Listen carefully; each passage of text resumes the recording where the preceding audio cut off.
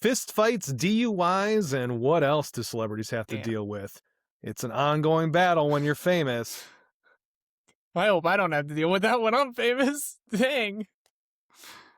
You can only we can only dream We of having can. to deal It's with true. this. And I dream All that hard. and more in this week's episode of the Cast Backstage Banter.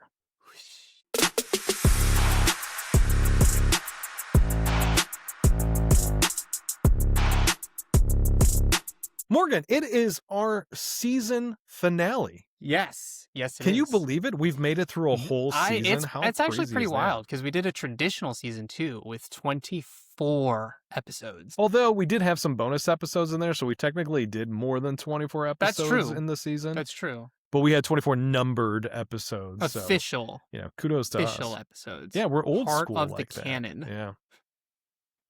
If you're joining us today, we hope that you stick around. Like and follow this. We're also on we're on YouTube. We're on all your favorite podcast platforms. You should follow us on social media and stay in touch because we have a lot of cool things in store for season 2. More announcements on that soon. It's been a fun ride though. Yeah. It's grown a lot. 100%. We are. I also want to throw this out there. We are small enough where we respond to every comment. So get in the comments and interact. We do. Actually, we should actually start shouting out the people that are like consistently We should. like interacting That'll with be us. a season 2 There's thing. that one gentleman on YouTube. I forget his exact handle. It's like Canadian Oh, something yes, or other. yes. He's fun. That guy's great. He's fun, but he's also very engaged. So He's got some good thoughts. When you're watching this, we do appreciate you sincerely. You're pretty great. Yeah. But we should set a goal. We should set a goal for next season of like a follower list or a number of subscribers we want to hit, and just ask the community to help us because I think that they would do so because people are good like that. People are good. It's very Hobbesian of you. Gotta put good things out there, Morgan. You gotta put good things out there. Yeah. And if we haven't said it already, I'm one of your hosts, Jason Saris. And I'm Morgan Elgarden. And look, you got through without turning into Kermit the Frog this week. I'm very proud of you. That's true. But it'll happen one day. I'll just show up one day. It'll be an experience. I'll be the Kermit version of an avatar. So guess what I saw the other day? What did you see? I went and saw Project Hail Mary.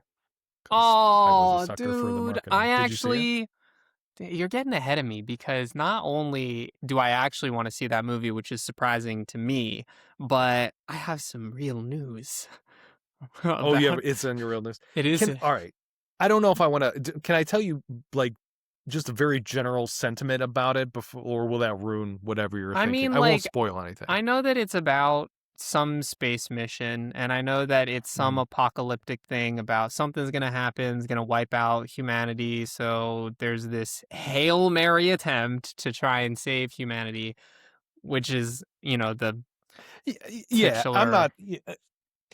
The only thing I was going to point out is that I saw something today on social media where this girl who I think is a young filmmaker, and she's recording in her car, as many social media people like to do now. For some reason, I don't know why is this a thing. Like this is a thing, or it's just like hop in the car and shoot it from the front. It's because seat, it's quiet in the car. Like you can do it quick and dirty. So is a closet. Right, because I'm taking my closet with me everywhere, Jason. That's a very normal thing to do. Fair. So she's in the car and she's recording it and she's in tears and she's bawling and she's like, I want to do this. This is why I got into filmmaking. And like, don't get me wrong, like the movie, it's not bad, but it's also not amazing. Like I have issues with it. And I didn't think it was like a mind-blowing event by any means. But for someone to be in tears, I'm glad it touched her that way. That's great if it did that for her. But I was like, this seems odd. A little bit over the top. What's your score out of 10? I thought so. I would give it maybe a 7. Okay. That's solid. So, that's like above average. It was a solid movie. Really, I mean, for me, it was just felt very weird tonally. Sure. Like it would be. I went into it expecting it to be kind of in the same tone as The Martian, if you ever saw that with Matt Damon a few years ago. That's what I was expecting from it. Yeah. And it Well, didn't give me that. It gave me that at times, It did, but then it gave me have- some like real wacky tone. Yeah, at the other thing times is, that I- like, okay, it's not that I dislike Ryan Gosling, right? But Ryan Gosling has a very specific vibe about him. When you cast him in a project, there's a certain tone, to your point, that you sort of expect. And the reason that, like, I'm kind of surprised that I want to go see this film is because, It's because you never want to see any movies in the theater. Like, well, it is pretty surprising. Yeah, it's I mean, I want to see the movie. I don't know that I want to see it so badly that I'm going to go to theaters to see it. I will probably wait for it to be Fair. available outside of theaters. But what's surprising for me is, like, I wouldn't call myself a Ryan Gosling fan. I'm not a Ryan Gosling hater, but I know that people are going to see Project Hail Mary because Ryan Gosling is in it. And yeah. for me, that's actually a little bit of a deterrent because I know what the subject matter of the movie is. And I'm like, I don't know that Ryan Gosling was the right person to cast for that. I don't credit the issue that I had with the movie. I don't think is his fault, to be fair. Okay. Like, I think it's a fine performance for him. I just think it was a writing thing where they were trying to give levity to moments, and the way that they chose to do it was a little weird for me. Like, it just didn't fit with what I expected. Again, it didn't make the movie bad, but I was just a little surprised. Yeah, that's fair. Yeah. But otherwise, I mean, I don't know what your real news is about it, but I guess let's from what get I've heard, into it's not it. it's not doing as well as people thought it was going to. It's not that, but we'll talk about it. All right. Yeah, let's do some real news then.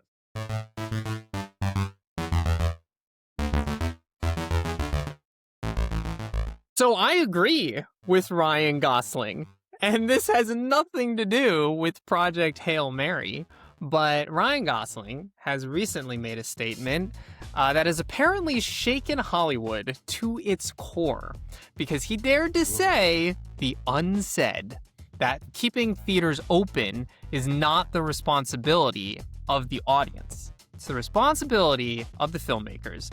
And Hollywood has been trying to shirk this responsibility onto theater goers, saying that they need to support movies and the film industry and movie theaters. And Ryan said, no, absolutely not. You have to give people a reason to go.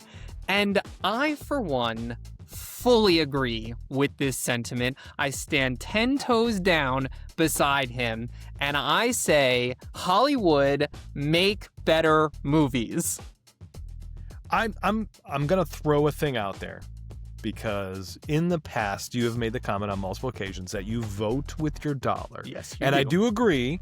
I do agree that Hollywood has the responsibility to make better projects that make people want to go see them in the theater.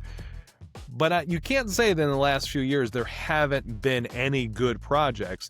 But the problem that we have, I think ultimately responsibility is on both Hollywood and the movie-going community. Because when there is a good project in the theater, people go, oh, but I could just wait a little bit for it to come to Netflix. And that's also a problem. Yeah. If you want good movies in the theater, you have to go spend your money on the good movie in the theater. This way, the studio goes, got to make another good one then. Well, this is what they like. I think that is a fair point, but I think that the reason that this is such a problem nowadays is because streaming plays a pretty big component, in the sense that it makes it very easy for you to watch from your home. So I think Ryan's point is that you have to make things that are so compelling that you want to see them on the big screen. Like, because that's the whole thing, is the big screen with the sound and the experience. Absolutely. But I'm just saying, when the good thing comes out, people also have to go. And a good example I'll point to is Thunderbolts, which was, I know you're not a Marvel guy, but it was probably the best Marvel project in the last couple of years. It has been very well received by the people who saw it. Didn't do great in the theaters because people didn't go to watch it. It has been killing it after it's gone to streaming, though, Mm. because people are like, finally, I can see this thing that people talked about. Yeah. That doesn't help when it's like, hey, we need to make more of this, because people say, look what it did in the theater. It was underperforming in the theater. If you want movies to be better, when a good movie comes out, you have to support them. That's the only thing that's going to get more of those made. Part of it could be, and this is actually a little bit of a tangent from this specifically, but you do bring up, I think, an interesting point where there is a culture of waiting for it to come to streaming, which I think is a result of people's wallets hurting. And I already pay for streaming, so it's not an additional cost, whereas going to the movies is an additional cost. So part of it could be creating a more exclusive atmosphere around theater movies.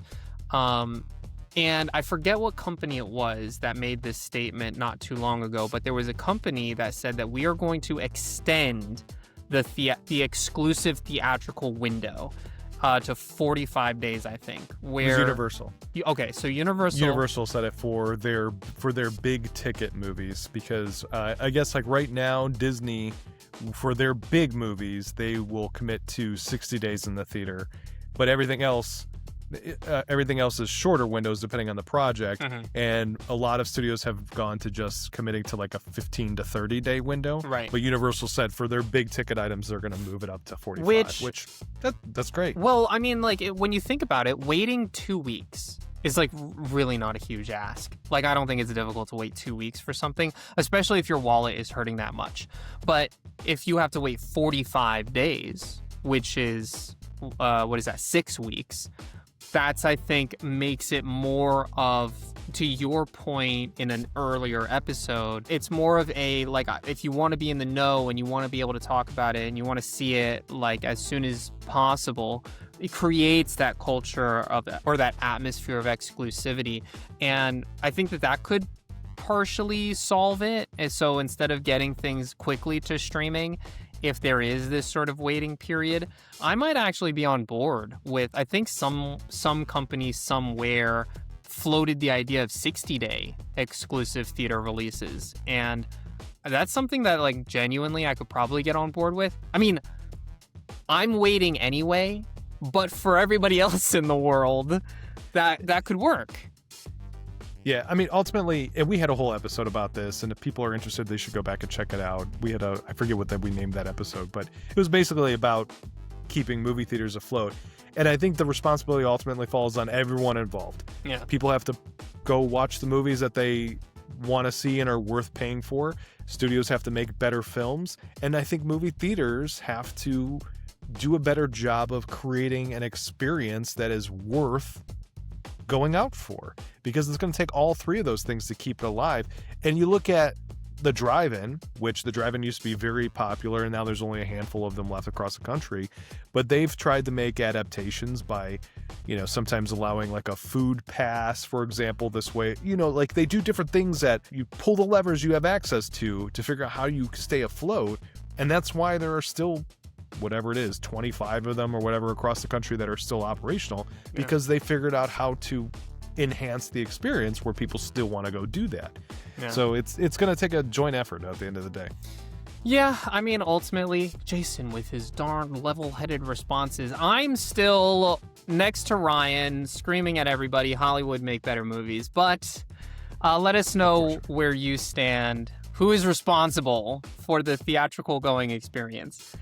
Moving on, I have a double, actually triple, no, quadruple whammy. AI is in the Hurt Locker.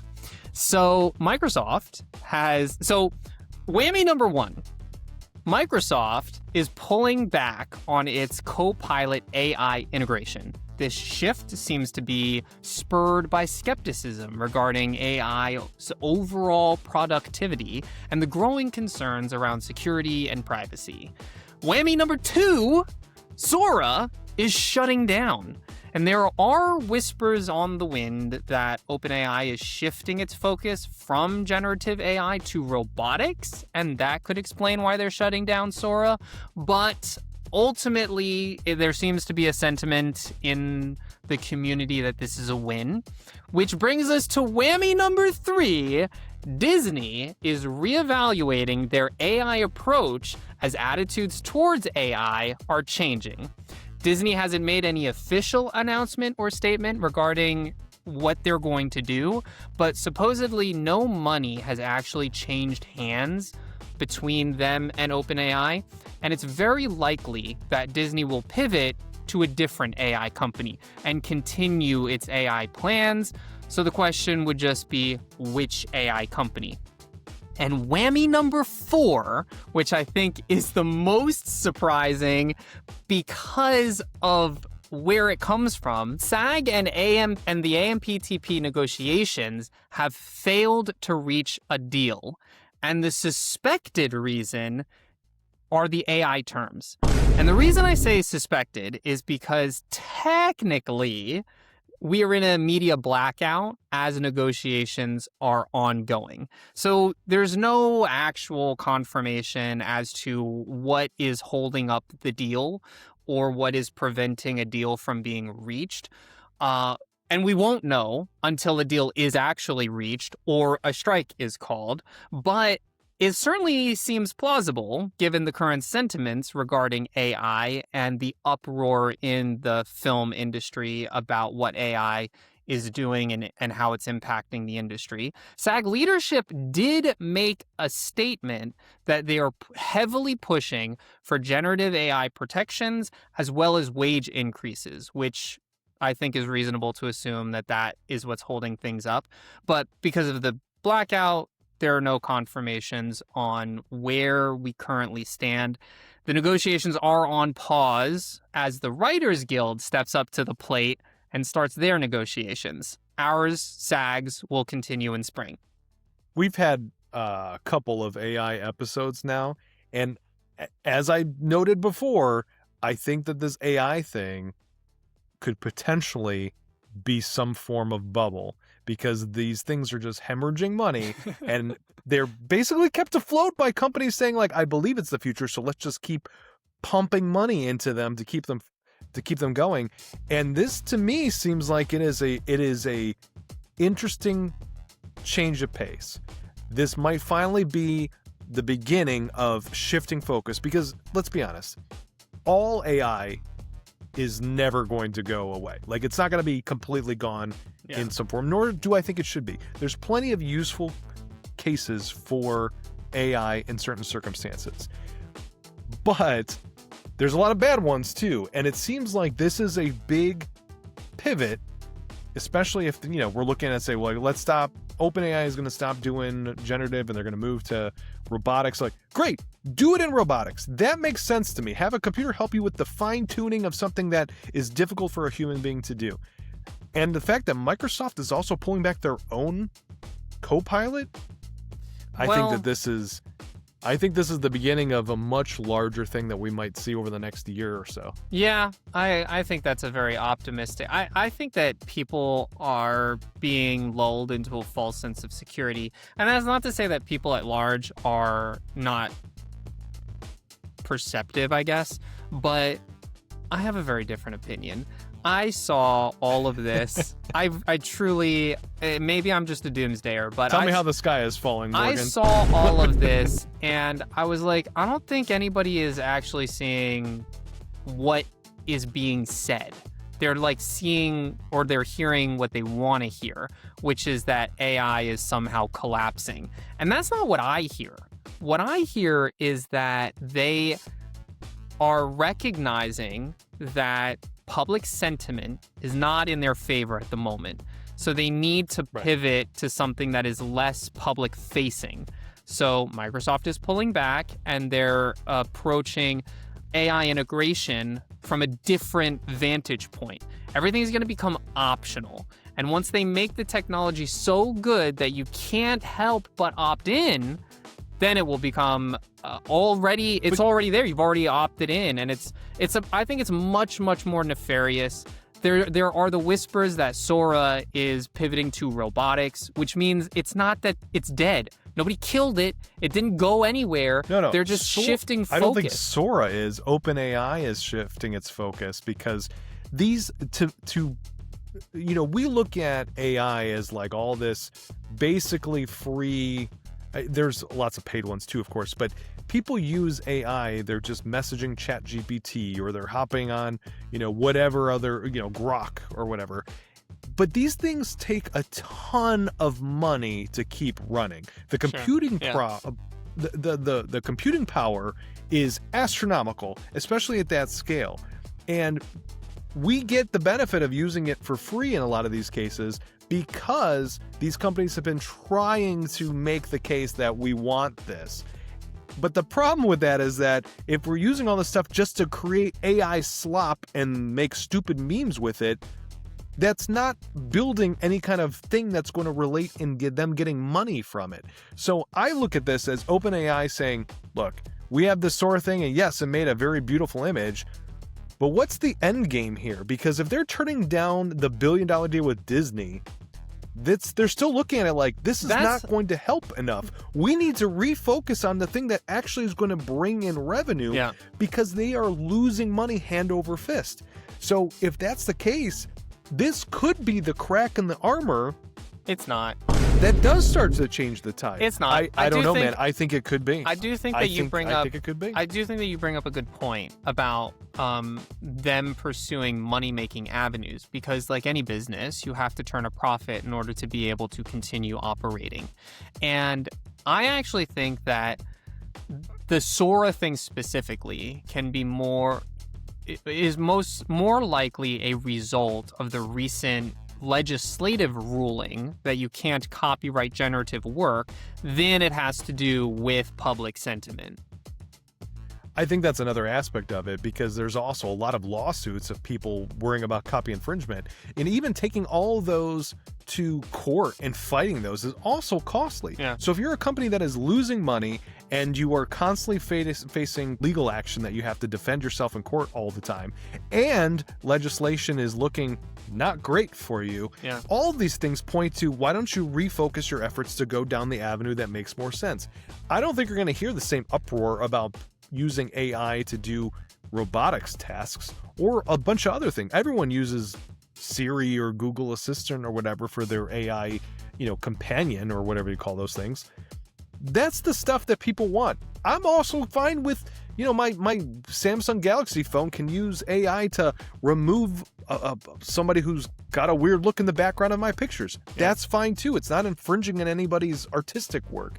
Those are the things that we should be keeping it for. That poses value to us.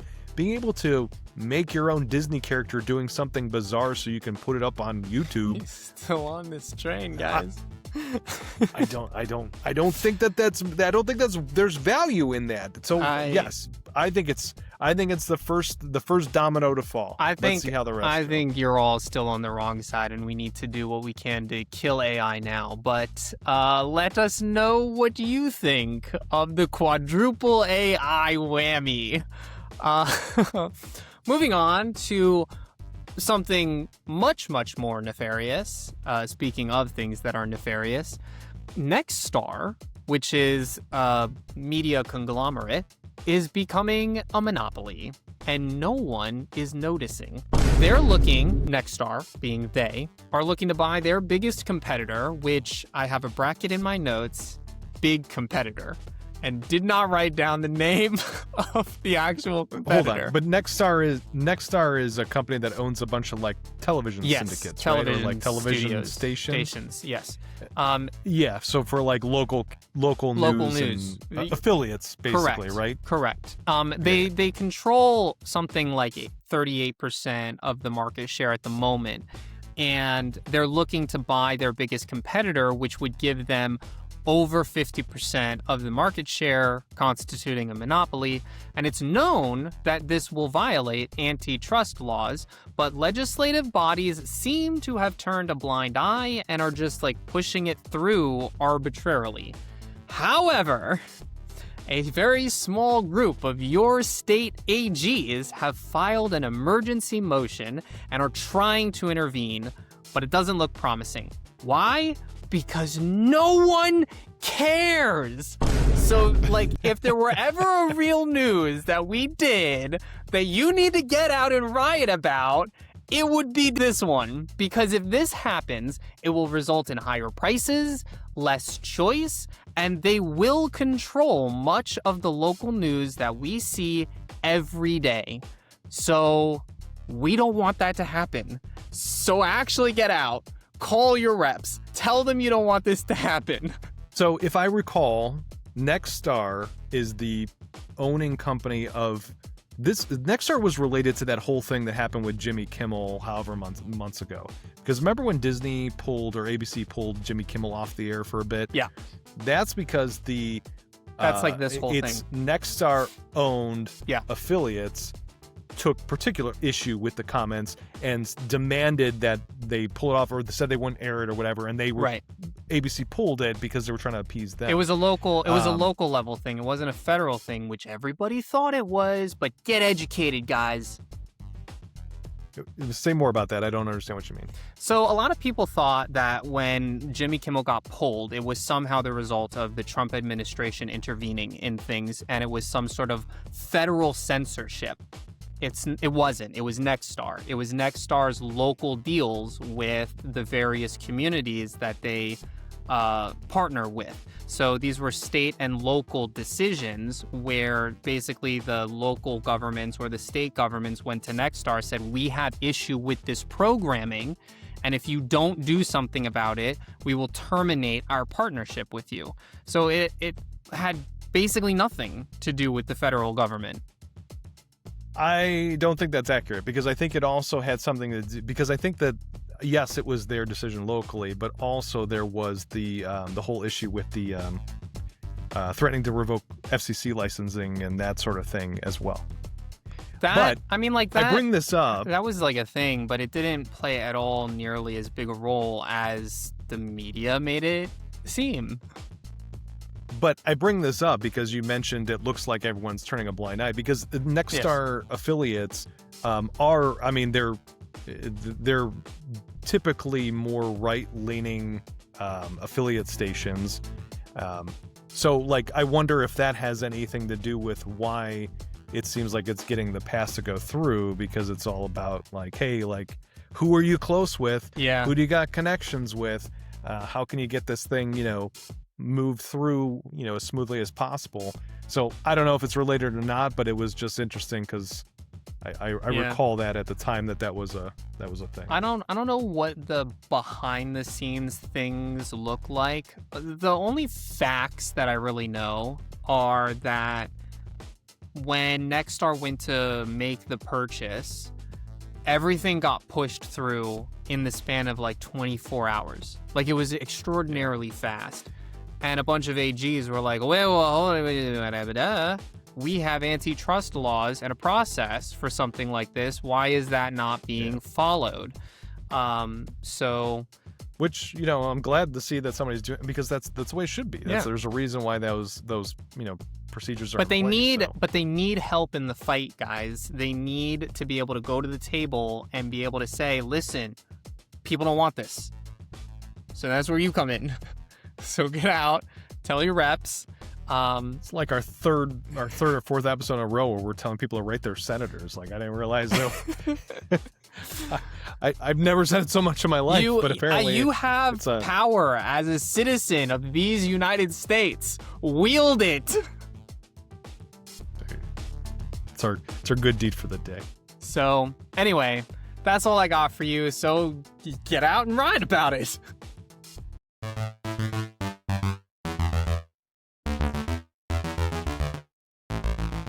Question for you, Morgan. Answer for you, Jason. Do you watch the show Reacher? I don't. No, I know exactly what you're about to say. Are you familiar with it? Like, are you aware of it? I know I've heard the name of the show, Reacher, and I maybe vaguely know what studio does it. Maybe. My guess would be... I think it's on Amazon. Oh, okay. My guess was going to be Universal, but, like, I don't know what it's about or, like, how long it's been on the air. I think it's on its I want to say it's its fourth Oh, season wow, okay, now. long-standing show then. It's either about to start its fourth season or it's on its fourth season. And there were two movies before the series started. Really? There was two movies starring Tom Cruise, and then they shifted Okay. it into a TV show. And it's not a continuation; it's kind of like a reboot. I think it's a book series Mm, originally. okay. And in the book, Jack Reacher is a very large former military person, and now he's like an investigator or something. Sure. So Tom Cruise played him because he's Tom Cruise, and Tom Cruise plays whoever he wants because he's like a Essentially. beloved actor. Sure, yeah. But I guess the TV show is more true to the original books than the movies were. Okay. But have you heard of all the drama that's going on with the star of that show, Alan Ritson? Indeed I have, which is what I thought you were Yeah. going to say. Congratulations on your psychic abilities. 'Cause you must have read Dude, my man, mind. I see things from 3 feet away. That's not very far, Morgan. But to catch anybody else up who, I don't know how you would have missed this story, but if somebody is not aware, Alan Ritson, I believe, lives in Tennessee normally when he's not shooting. And the other day he had an altercation with a neighbor. Him and his sons were driving their motorcycles down the road. A neighbor came out Oh, and those were his confronted him. kids? Those were his Oh, kids. I did Yeah. not know. I thought it At was least just that's, I random believe they're his couple of kids. I thought You it just was thought they were neighbor. I thought, yeah, they were just I random think they neighbor were his kids. sons. No, I think they were his sons. And a neighbor came out and confronted him about his driving habits. Right. They got into a fight, and somebody's Ring doorbell had kind of I come don't know out that first. I don't know that I would call And it a fight because Alan won that pretty pretty quick. it was a pretty one-sided fight. But, we had a bunch of drama going on with it. So first we get a Yeah. Ring doorbell where you see just Alan Ritson, like, beating the snot out of this old man. Was it a And Ring then, doorbell? It the looked like somebody filming from inside their house. Oh, maybe. I thought it was a Ring doorbell, but maybe we saw different videos. Because like there was I the don't know. curtain. I don't know. Could be. I mean, maybe it was. There's been a bunch of videos that have come out, so there maybe both exist. But then the neighbor, released his own video, and he's all beaten up and stuff, and he's talking about how he's just trying to protect the safety of the neighborhood. Yeah. And then finally, we got the body cam footage. How much that you want to kinda bet? shows the other side. How much you want to bet that this guy like got a makeup artist to look like that? I did wonder. I did wonder that because I mean, I don't know. But if you saw that video, like Alan Ritson, first of all, Alan Ritson is like a monster of a human being. Oh, Like really? this dude is huge. He's like 6'5", 280 or something Really? crazy. Have you ever seen him before? No. Like in a show? No. No, I haven't. He's a I big haven't dude. I mean, he's an actor. He's been in a lot of things. Oh, the name doesn't Um, even like I didn't know his name before this whole thing happened. Oh, no kidding. Okay. I first the first thing I remember seeing him in was actually back in the day. I don't know if you ever watched Smallville, but I used to watch Oh, Smallville he's in because, of course, Smallville. I Who did he play in Smallville? He was Arthur Curry, also known as Aquaman. Okay. And he was big then. Like he was like a muscular guy. Sure, yeah. But he was like a normal human being muscular guy. And I think he's been in Blue Mountain State, which I think was a football. That's a comedy. Uh, I haven't is it a seen it, movie but or that's is it it's a a series. television show? It's I a don't series. remember. It's a comedy series. Okay. Okay. So he was in that. It's He's been in a bunch of other raunchy stuff. He was comedy also. series. I've heard that. I haven't seen it, but I've heard that. Yeah. He was also in the Ninja Turtles movie, the reboot one with Michael Bay did. He was the motion capture Oh, cool. body for one of the turtles. So you don't see wanna him, do but like mocap he's so basically bad, the dude. same size. Oh yeah, you're a big interested in doing mocap, huh? Yeah, I mean, like, because it's just an interesting performance medium. Because it's very physical. Like I'm an athlete, so I'm a very physical performer by nature, and mocap is literally conveyance of story through body, kind of like a dancer, but not. I think your skill set would lend itself very well to that too. Also, not just because you like to get physical, but I think that I think that you the way that you play characters, I think would lend itself well to something that gets. I don't know how to describe it, because a lot of times mocap is non-humans, because otherwise you just hire a person. But when you have like a creature or whatever, I Yeah. think that your acting style would lend itself very well for that. You could deliver a nice performance. That's We should creature get you a study mocap suit. from university, guys. I wonder, could we do mocap ourselves? We could get the suit. I don't actually It's know. the animation that might be tricky. Yeah, I don't know like the nuts and bolts of it, but I know how to do the dots and how to. Yeah, I mean that's the easy part, but you have to tie it into there. Probably, yeah, I don't know. The problem would be the modeling, because I Yeah. don't know how to do modeling that way. You probably have to build something in Blender and then map it to the dots. But Yeah. we should add that to the list of projects we're always working on. The list gets Can't longer. finish any of them because we always have a new one that's going afterward. It's if I had unlimited time and unlimited that's always the chocolate problem. shakes. Okay. But Yeah, yeah, what is- so Alan Ritson. That's like everybody has like a thing that keeps them going in the late hours of the night when you're working on a project. You know, Yours is chocolate shakes? some people do Doritos, some people do I don't know, Hot Pockets. I do chocolate shakes. I do Celsius. Drink Celsius. The least imaginative version of this. I don't know. But if they want to be a sponsor, I'd be happy to take on their product. I'm a big fan. Keeps me functional. But Alan Ritson, so he beats the sound of this guy, Yes. and maybe you don't have much of an opinion on this because you didn't know him beforehand, but I had always known Alan Ritson to be kind of a nice, it seems like a pretty anybody good beating guy. anybody up on the streets. Blanket statement. It's a Interesting good take. thing. But what do you think about this situation in general? Like, just generally speaking, how it got leaked, how people reacted to it. I mean, do you have any thoughts about this whole process? Well, I don't know like the specifics about like how it got leaked, quote unquote, but generally speaking, I think my thoughts are that could have been handled better. Just generally by all parties involved. I know that one of the things that people have sort of come to the defense of Mr. Richardson on is that he was acting in self-defense. And I think that is a dubious claim. I'm not sure that will make the legal threshold of self-defense because yes, he was shoved. I'm not saying that he wasn't shoved, guys. I get it. He got pushed. It sounds like you're saying he wasn't shoved to me. I But don't know. I just heard those words coming out of your mouth. Can we edit that back to make you say guys, he was shoved. Yeah. But I genuinely take issue with this idea that if someone shoves you, that means that you have full reign to escalate the situation. I think that the first move should always be to try to de-escalate.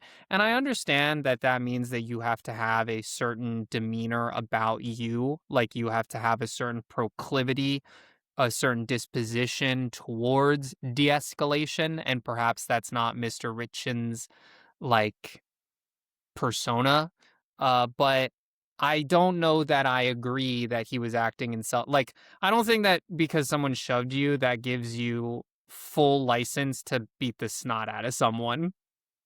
So, oddly enough, just like a couple of hours ago, I saw that the resolution to this whole thing has come out. Like, lawyers have spoken about it.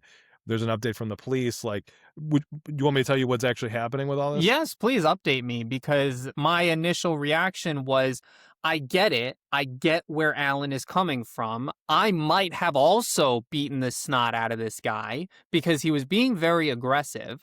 But from the legal side of my brain is like, I don't know. I think if you hit the guy, you're going to get into trouble. So the police said that after reviewing the footage, that they say he was acting in self-defense and no charges would be filed against him. Okay. And several lawyers have looked at this afterwards and have also claimed the same thing. They've also said, yeah, he's acting in self-defense. But I think what's interesting is, to your point, because I felt the same way, especially because this dude is just a mountain of a man. Yeah. It is, I don't know that gives you carte blanche to just wreck someone. The guy is being a total Karen, absolutely. And he hops out in front of his bike, which is dangerous. And he's pushing. I would have said, like, justifiably, like, pushing back maybe, and if it seems to be escalating, then I get it. But, I mean, you get punched by Alan Ritson, like, you may not make it out of that unscathed. I mean, that seems Here's like he can do quite a bit of here's the damage. thing. Here's the thing. Let's just assume that all things are equal. Like they're both say 6'5" hulking guys, right? Let's say all things are Mhm. equal. I still don't think it Sure. gives him carte blanche to wallop the guy. I And part of I it, agree. like the legal side of my brain, I think is always going to fire in situations like this where I'm like, what are the ramifications if I hit this guy? Like, am I going to get into legal trouble? But setting that aside, there's a moral question to be answered here about, like, is this appropriate behavior? And a lot of people online were bringing up the fact that this happened in front of his kids and that this is now an example that he's Yeah, and I set was gonna for bring his that up too. kids. It seems And yeah. my personal opinion is if I were in that situation and my kids were there, I would have a much harder time hitting the guy. Now, I'm not Alan. I wasn't there. I don't know, like, the heat of the moment perspective of it, but I think that the threshold for walloping on a guy and furthermore beating the crap out of him when he's already down needs to be much higher than just getting shoved. I mean, yeah, I understand why he felt the way that he did. Yeah, You know, the guy hops out in front, it causes safety to sure. the man standing in the way, him on the bike, his kids behind him. I think he has every right to be upset in that Yes, moment. agreed. I totally get it. And I also get, like, this man is pushing you and he's pushes him off the bike or whatever. So I also get having some sort of physical response in that moment. I just think that I don't know that punching the dude multiple times in the face and on the back of the head is justified at that point. Yeah. But I bring this whole topic up for kind of a larger issue, and Oh, I'm curious what you think Jason about it playing because 4D chess, guys. always, you know me better than that. You know I always got something loaded in the back. Um, you mentioned before you don't know how this got leaked exactly, but you were talking about the camera, whether it was from inside or Ring doorbell, whatever. Somebody Sure. had that. They filmed it and saw, like, oh my God, Alan Ritson's beating up the guy who lives across the street from me, and they leaked it online. Okay. Which brings in the question of, one, if this was just a random Joe Schmo, we probably never would have seen this video, right?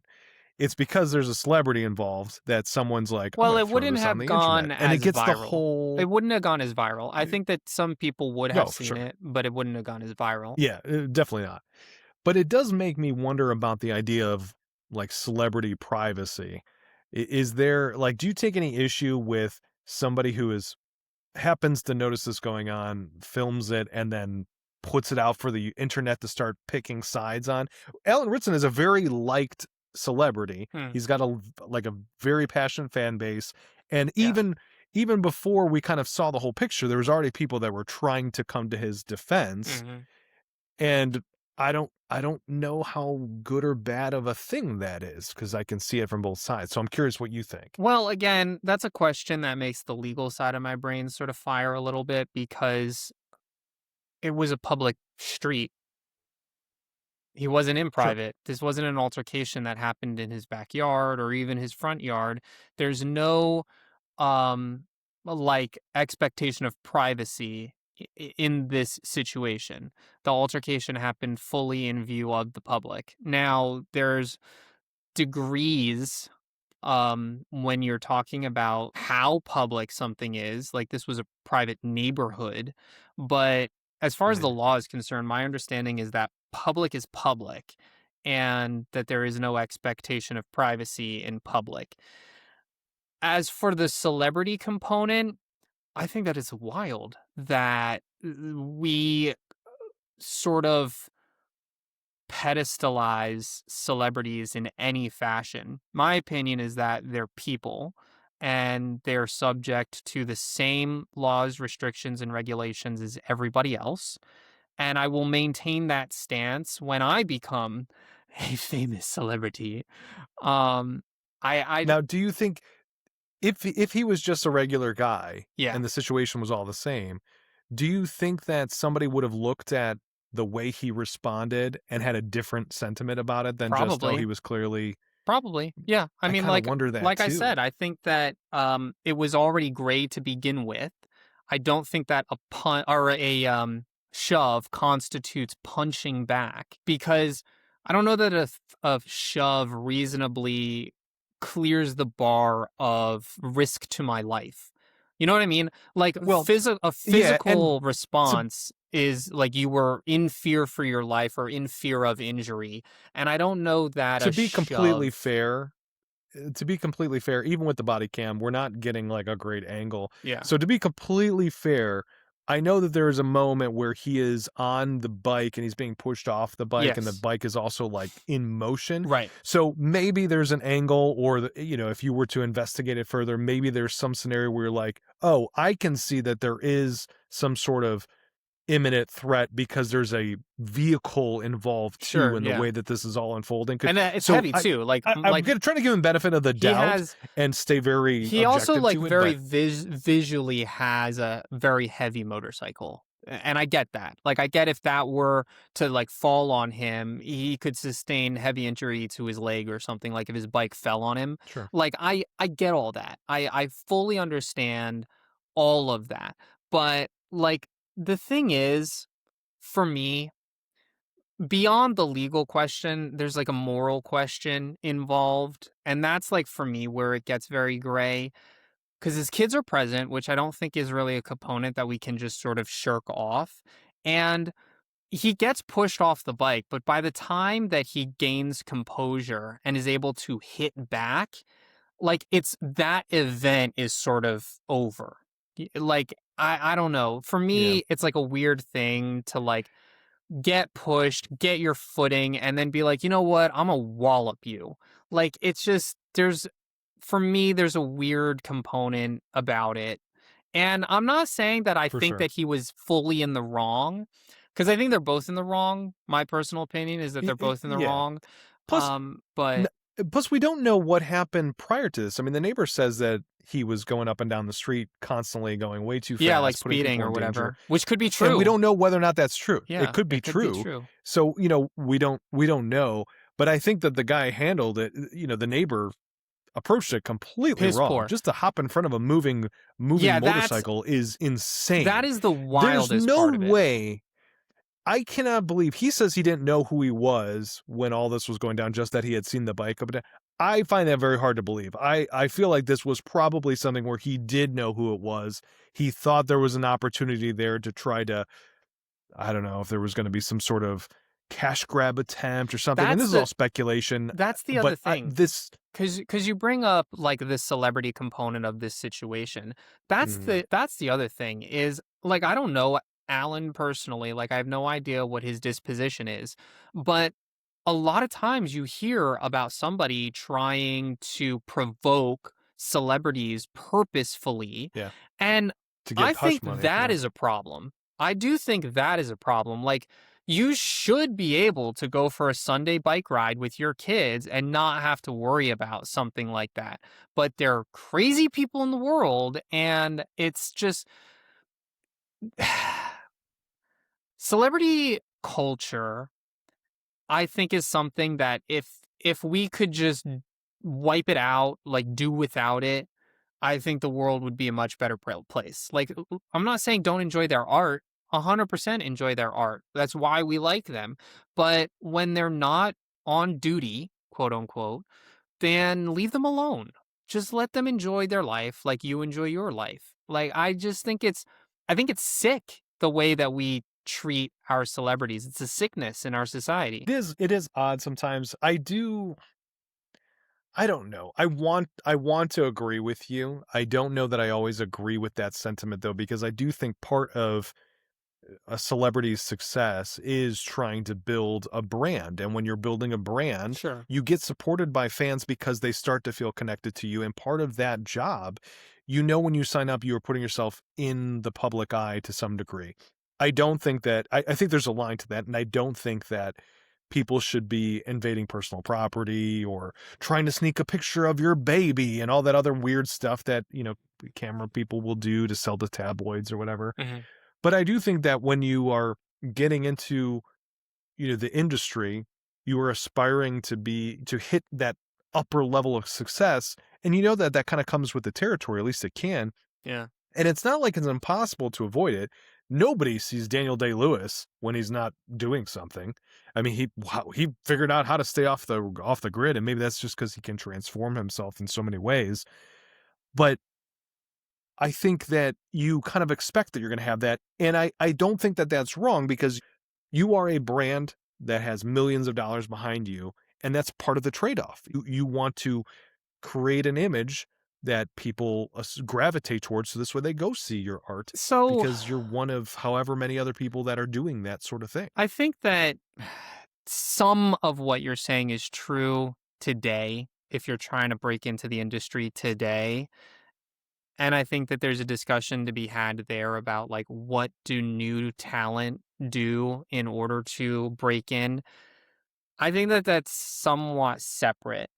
And the reason that I think that is because I look at celebrities like Keanu Reeves, who will literally take the subway and nobody bothers him. A lot of times it's because nobody recognizes him, but like nobody bothers him. Scarlett Johansson has a no photos policy where she literally will not take photos with you if she's out in public. And fans have actually gone vocal about how they don't like that, and it has made them dislike her. And I'm like, Sure. what? That's why, like, that's the sickness that I'm talking about. Like, just leave them alone. They're people, just like everybody else. So I don't know that just because you're in this industry means that you have some sort of obligation to fans. I don't think that you have an obligation, but like, let's look at the Scarlett Johansson thing, because I've heard that as well. Now, she does very well for herself in spite of that. So it's not like she's hurting because she doesn't allow people to take pictures with her. So she made that choice because that's the balance that she wants to find, and that's fine. That's her prerogative. I think you could still make the case, though, that if she was like many other celebrities are, where they try to engage with their fans and they'll take the pictures and that kind of stuff, that maybe it could do even more for her. Now, maybe she doesn't need that, and that's why Maybe. she's like, my personal privacy is worth it for me, and that's the trade-off. She's also ascended to that level where I don't know if this was always her policy, but maybe when she was younger and more early in her career, maybe she did have to engage with fans in a different way. No, my understanding is But that this that has always been her policy, which is why I think that there's a component to new actors or new people in the industry maybe having to do a little bit more of that influencer style building a following. But before you know what I don't like? You know what I don't like, and this is kind of, I think, what you're pointing at.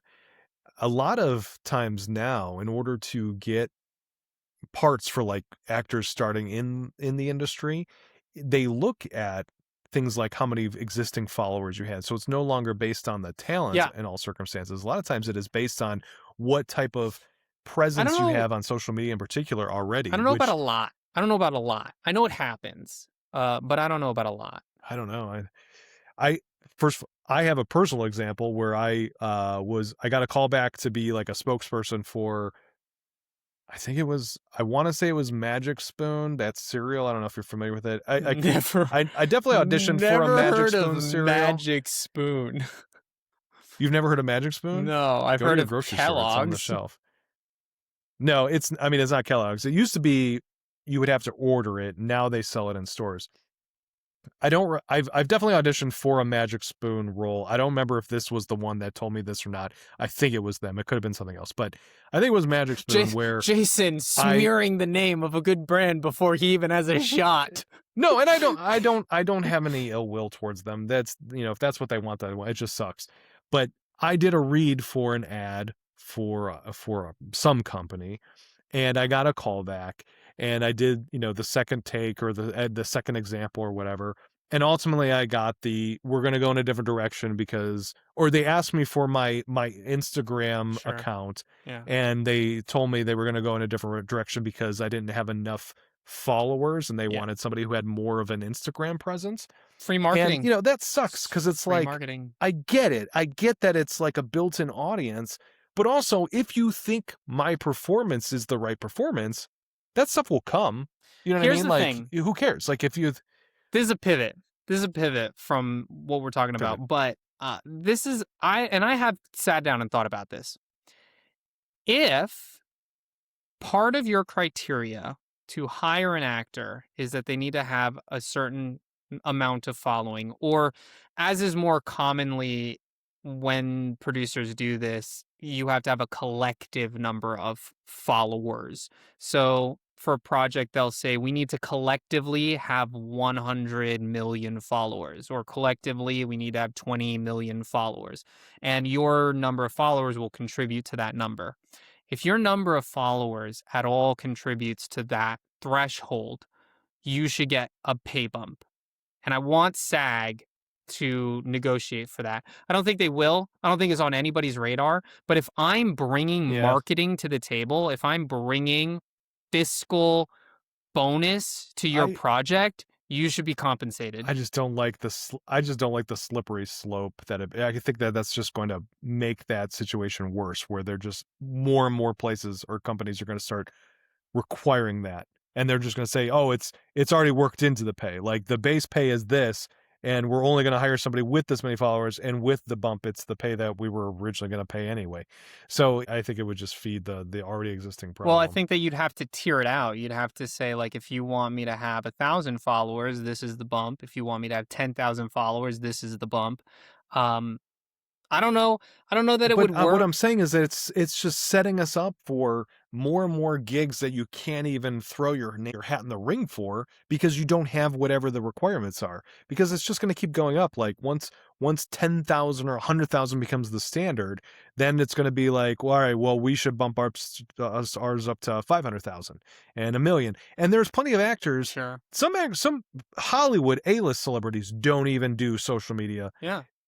And the ones that do often have like another outside company, they're doing it for them. But now you're going to say these, beginning actors have to also do all these other things rather than working on the craft. Sure. And just like anything else, it should be based on the performance. It should be based on the talent. If you hit it, you I hit agree. it. Who cares? I agree. Unless it is if it's specifically a social media campaign, okay, maybe you can make a case for that. Yeah. But if you're just doing a radio ad, that shouldn't matter. My argument would be to make it cost prohibitive. So before the negotiations, the SAG-AFTRA negotiations, before they started, Duncan Crabtree Ireland, the chief negotiator, said that their goal for these negotiations was to make generative AI performers as expensive as an actual performer, because they want to incentivize you to hire a human. And I think that a similar thought can be applied to the follower thing, where if you make it cost prohibitive, then you would eliminate the incentive for people to want that. So if the bump to have like 100,000 followers, like in order for you to have that as a criteria on your casting call, if the bump is something ridiculous like $50,000, you de-incentivize people having that as a requirement. Yeah, I still think that makes it. I don't think that does what you're thinking, because with the example that you're citing, it's actor versus non-actor. It's, taking the paid path versus the free path, or the very low cost path, and you're trying to equal the playing field. Sure. What you're suggesting now with the bump scenario is saying, well, you are now incentivizing actors not to do their own social media stuff because they don't want to price themselves out of getting a gig, because maybe they're just very popular on Instagram, and now they're trying to move into acting, but they have too many followers, so now they have to start dropping people or whatever. I think you're going to get into a weird place with that, because you're putting people against people, when the level playing field you want it to be is just the actual skill set or the performance. Well, so I mean, I guess the only way that you could really know. do it then is just by barring that as a criteria, but like that won't work either, because there's all kinds of ways around it, because it's very easy for a company to just look you up on social media and just not tell you that the reason that you didn't get hired is that you don't have enough following. Like, I'd rather it be transparent. It's just the nature of the world we live in right now. Right, but I'd rather it be unavoidable. transparent. Like, I'd rather have the knowledge and be able to craft my career or plan a course of action with Sure. actual actionable information, as opposed to just burying it under bureaucracy. There is some, I want to say it was either Hulu or Amazon Prime show starring what's that guy's name? Glenn Powell. Eh, I think it's that show, and maybe it's called Chad Rogers or Chad Powers or something like that. I don't know. I think it's that show where there's an actress from that show who got a bit. It was like her first big role, and she's got her family and friends called over to watch the episode when it drops because she wants to be there, which I get it. Like when I did the same thing when I was in Captain America. I rented out a movie theater, had all my friends and family come because it was like, here, I'm going to be on the screen, like, let's all do this together and watch it for the first You time can at the same do time. So I that? totally get it. Yeah. That's wild. I guess I just never Yeah, thought you can about do it that. because I don't have anywhere close to the amount of money that you probably need to do that. I have a local theater here. It wasn't nearly as bad as you would have think. But you rent out the theater and then everybody pays the tickets and then you get it all together and it doesn't work. I mean, if you can find enough people, it makes sense. Anyway, she got all of her friends and family just in her house, so this way they can watch it together. And somebody was filming because they wanted to get like the reaction of everyone being like, "Oh, there she is," or whatever, right? And it gets to her scene, and it is the Haktua girl instead. Oh, So she that's filmed. worse. And That's then they so much decided to worse. cut her and put in Haktua That is because so much Haktua worse. and I think what's Haktua's real name? I Haley have Welch no or something idea. like Who that. cares? And don't get me wrong, I'm not trying to knock that girl I because am. she seems like a very interesting individual. I thought you were And gonna good for say her. nice. For a second, I thought you were gonna say nice, and I was gonna be like, "Really, Hawk I don't know, or girl?" she could be nice. She could be nice. I don't know. But she seems like an interesting individual, and she had a really weird off-the-cuff interview, and she has made the best I think she could have made from Sure, that yeah. one random street interview, so good on her. But to be that actress and go, oh my God, they cut it. And it's 100% just because she's got the social following that they are hoping Well, to draw I don't know about more following, eyeballs. but she had this social like currency because she was viral at the time. Yeah. But she's also got a huge following on social media. I mean, everybody, like a ton of people follow her now. I don't know what her numbers are. I'm sure it's like 1 million at least.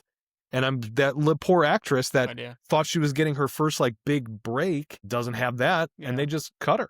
They didn't even tell her about it, which, was Yeah, crazy. It sucks because like this is something that I kind of like am fearful of as a actor trying to claw his way up the ladder, which is if you get an opportunity like that. As far as the industry is concerned, you can put that on your resume 100%. If you showed up to set and your name is on a call sheet and you filmed for a day or even for like an hour, that can go on your resume. But I get so weirded out about if I put that on my resume and then somebody does try to fact check it and then I'm not in the show.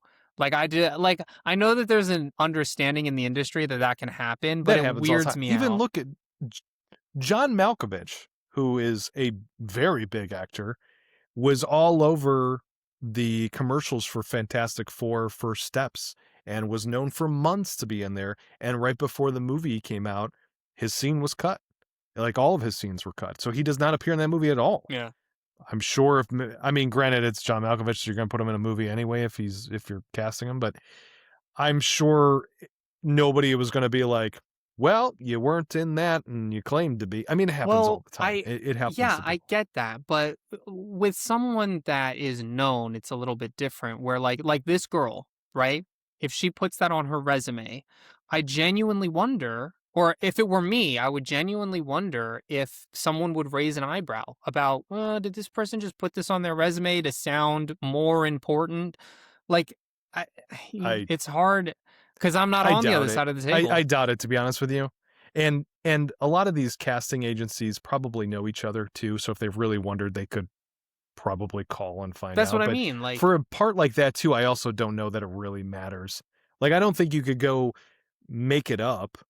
Like, I think, I mean, I don't know, maybe you could. I wouldn't do that. I wouldn't want to make it up. Yeah. Because I would be worried about the same thing. But if you legitimately did it and they were questioning because you had a brief scene in a show, if it's coming down to that, fine. It shouldn't be the deal breaker anyway. Yeah. So I don't think it matters. Well, I mean, But to go back to the Alan Ritson thing, I want to compare this with one other scenario that you may or may not have heard of. another one. Ooh. Another one. I shouldn't assume, but I assume you know who Justin Timberlake is, right? The name is like real fuzz. Yes, I know Justin Timberlake. Oh, okay. Dude, for a second Did you there, actually? Okay. I was like, you gotta. Yeah, I was like, because nothing surprises me anymore. So a couple years ago, he got a DUI, and his footage, the body cam footage from his arrest, just came out. Just came out. They've been fighting for years to keep it private. Should be. And it just finally got released. I think it normally gets released. That's public record, body cam footage. I mean, people get it for all kinds of stuff. It depends on the nature of the case. You can't just request, you can't just go to your county clerk's office and say I would like to see the footage from this random DUI case, because it unless you have some sort of relation to the case, you can't just see files. You can't just go to an evidence place and be like, I want to see this thing that was used in this trial. According to the Google search I just did, body cam footage is generally considered a public record. Accessibility varies depending on state and local laws, which could include exemptions. But in general, it's public record. So I don't think... I think it's probably more accessible than you think that it is. Okay. But, when a celebrity is involved, there's a lot of times that people just use, it's general public interest. And for some reason, that seems to get it through. But anyway, it did end up getting released. And when you watch this, it is very clear that the police officer did not know who he was upon pulling him over. And he is treated as such the entire time. I mean, they're very nice to him. They're very respectful to him. They do have him go through the same process as everybody else would. He did get arrested. He did get his charge or whatever. And we were talking about the Alan Ritson thing earlier, and we were saying, well, I wonder if there was any reason. I'm surprised there was no, we got to look into the reckless op charge, or all these cameras of showing him speeding around the thing. Maybe he'll get some kind of speeding cite. So, is there also, is celebrity privilege a thing? Yes. Or is it part of a branding thing? Why do we think that it's just over with this Alan Ritson thing? But in another scenario, it's no, it should be more like the Justin Timberlake thing. What do you wrong mean? Is wrong, regarding of who you... I don't know what you mean. He's not being charged with anything, which, because and maybe that's the right call, but it didn't seem like it was much of an investigation. It was just, I mean, obviously with that, they reviewed that and they're saying you're not charging them with assault. But if he's legitimately going through, wouldn't there be reckless operation if he's speeding through the neighborhood, or some sort of traffic violation? Yeah, I mean, it doesn't seem like even that's on the docket at all. Yeah, I mean, you had asked when we were first talking about it, if I thought that him being a celebrity played a component in the fact that they ruled it to be in self-defense. And I said yes. And I think that there are a lot of different components to it. I think that, and this is the nefarious part of it. I think the celebrities benefit hugely from it, but this is the nefarious thing of it, which is, to some degree, there is a public interest component where if you scrutinize a particular individual in a particular way when they are well liked by the public, that will create a ruckus.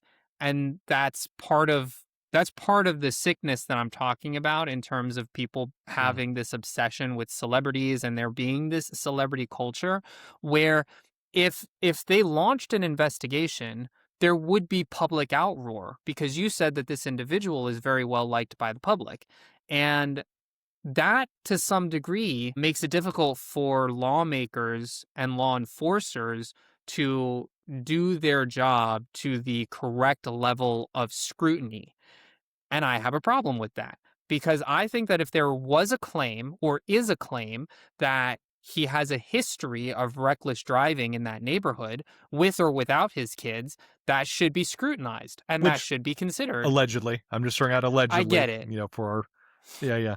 Because we don't know. We don't know what happened or whatever. That's just But if there supposedly. is a claim like that, if the neighbor is claiming that he had due cause to do what he did, I think that that deserves to be looked into. I think that you still have to look into the fact of is what he did a reasonable action in light of the due cause? Yes, you absolutely have to look No. at that. But I think that the fact that you're ignoring the fact that he's claiming to have due cause at all is a problem. Do you think it ever works the other way? Like, because somebody is a celebrity, they get They get somebody sent to more jail. scrutinized? Well, because somebody's a celebrity, maybe, whoever pulls them over or whatever the case may be, they get looked at with a finer tooth comb because somebody is concerned about I'm sh- being perceived as though they're letting them off easy, or maybe they don't like their work for some reason, and yeah. it becomes incentive to really stick it to them. Or like, imagine it's Yeah, like you've a heard. sports figure for some example. People get heated in their sports Mhm. rivalries. Maybe a celebrity sports player from an opposite team comes through. I Do you think it actually ever happens where somebody It's gets so funny. It's so funny that looked you at say too that because, strongly? like, for starters, to answer your question very simply, yes, I do think that that also happens. I think it happens to a lesser degree, but I think that it happens. And it is so funny that you bring up that example specifically, like the very specific example of a sports figure that somebody doesn't like, because I'm currently in the process of watching Kevin Can F Himself, and there's a whole scene in that show. I think it's in season two. No, I think it's in season 1 where, Kevin encounters this sports guy that he hates and challenges him to an eating contest, and it's a very funny scene, a very funny show, but it's just I don't I like that show a lot. That's a really good. I think it's artistically very interesting too, the way that they shot and filmed that. I that thought it show's was a quite the discussion, I swing. think, for another day because my opinion is quite layered, as with many other things. But what I can say is it does hit a lot of the notes that you would expect, and it is a satisfying show. I don't know that I would recommend it, but the reason that I wouldn't recommend it are for things outside of its artistic quality. Hmm. Okay. To be continued in another To time. be continued. But yeah, I think that it does happen both ways. But ultimately, I think that it shouldn't. Ultimately, I think that somebody needs to find a cure to this celebrity insanity or this celebrity obsession that we have. They're just people. They're just people who are living life and they make mistakes like everybody else. And when they make egregious mistakes, they should be punished like anybody else. I think it's the living vicariously thing that creates this I sickness know. that you I get it. term it. I get it. People are But depressed in their daily life and they need something to so if feel better. I get it. so if you never is there no celebrity you would be excited to come across or to meet or any? I Well, know you would no, like to you're work talking with about one because obviously, but like, I think is you're there blurring a line now because it's one thing to be a fan or a fanatic, and it's another thing to be obsessed or obsessive about agreed, someone. yeah. And there are lots of people that I look up to creatively as role models, that I would be very happy to meet if I ever had the opportunity to, but like I'm not going out of my way. It doesn't define my opinions of art or of that person. I think that you can have a measured appreciation for a person and their work, just like you can have an appreciation for your representative, for your state, local, or federal representative. I know that that's like a way different arena than entertainment, and we think about it in that way, but it's the same thing. They are public figures, and in the same way that you can have an appreciation for the work that your representative does, you can have an appreciation for what an actor or a writer or a director does without getting weird about it. I agree. So I guess my final question before we depart here on our season finale, what celebrity or public figure either do you admire so much or loathe so much that it would actually be enough to entice you to jump in front of their moving vehicle? Hitler. Does that count? That that was on a list of everything I would have expected you to say. That wouldn't have even appeared. So kudos to you. I did not see that coming at all. And my goodness, was that Does that was count? that a swing? Did I win? I don't. It depends. Is it because you love him or loathe him? Like this. Tune in next week. This might define. This might define if we keep working together on stuff. Morgan, choose wisely. Okay. Well, on that note, no. remember to You have follow. to answer. You have to answer. To move in front of their. I don't know. I don't know that there's anybody that I would really put in it, like to jump in front of their moving vehicle, being like that upset with, or love that dearly. I don't think that there is. I don't think you could. I've met a bunch of, celebrities. I think I like talking to them just to kind of see what they're like as people. Sure. Because, they do something that I admire and I want to know what they're like when they're not on. And that's really interesting to me. Yeah. But I've never been one to like super, I don't freak out at a celebrity. I like to meet them just because they're people. Sure. And I like to meet interesting people. Yeah. But I remember as a kid watching, concerts of like Michael Jackson concerts when they would play something on television or see a commercial or something. And you would see these people in the audience just bawling because they had a chance to see him with their own eyes. And I could never wrap my head around it. And I almost envy it. Like I wish that there was somebody's art that I admired so much that it could just bring me to tears knowing that I'm standing in front of it. And I don't have that, I guess. I have thought about that specific emotion of like, do I have the depth as a person to be impacted by somebody in that way? And I think that I will not know until it happens. Because I can't really picture that happening to me. Like it's not, because I'm a very, like one of the things that I had to work through as an actor is how to better access my emotional well.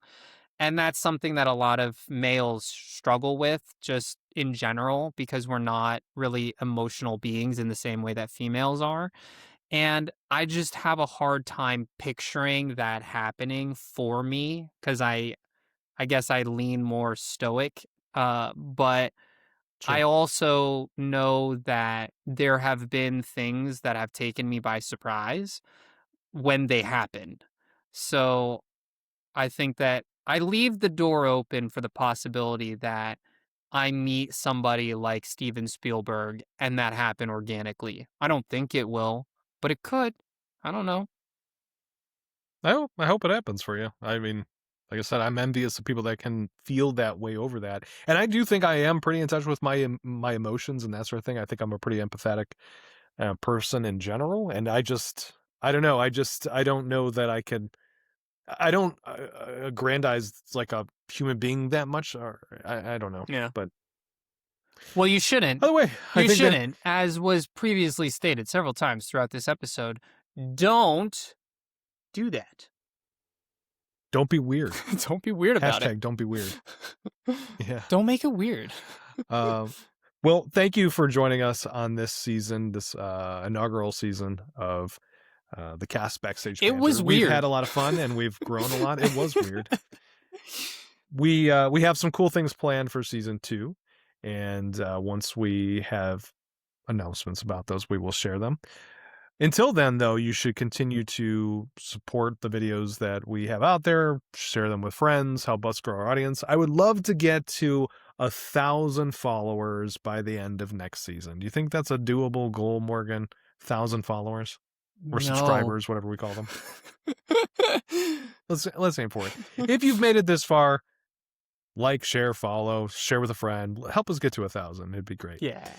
And any other parting words, Morgan? No, thank you so much for those of you that have come with us on this journey of the inaugural season. We greatly appreciate your support. Truly, we really do. I know that I say a lot of stupid things and make a lot of stupid faces, but genuinely, it means a lot that you support us. And on that note, I think that's a wrap on this season of you can't screw it up for the season finale. I didn't yet until I had somebody jump in the middle. I was trying to amend it this way it may more relatable. But till next time, keep the film rolling, and we'll catch you in the next scene. That's a cut.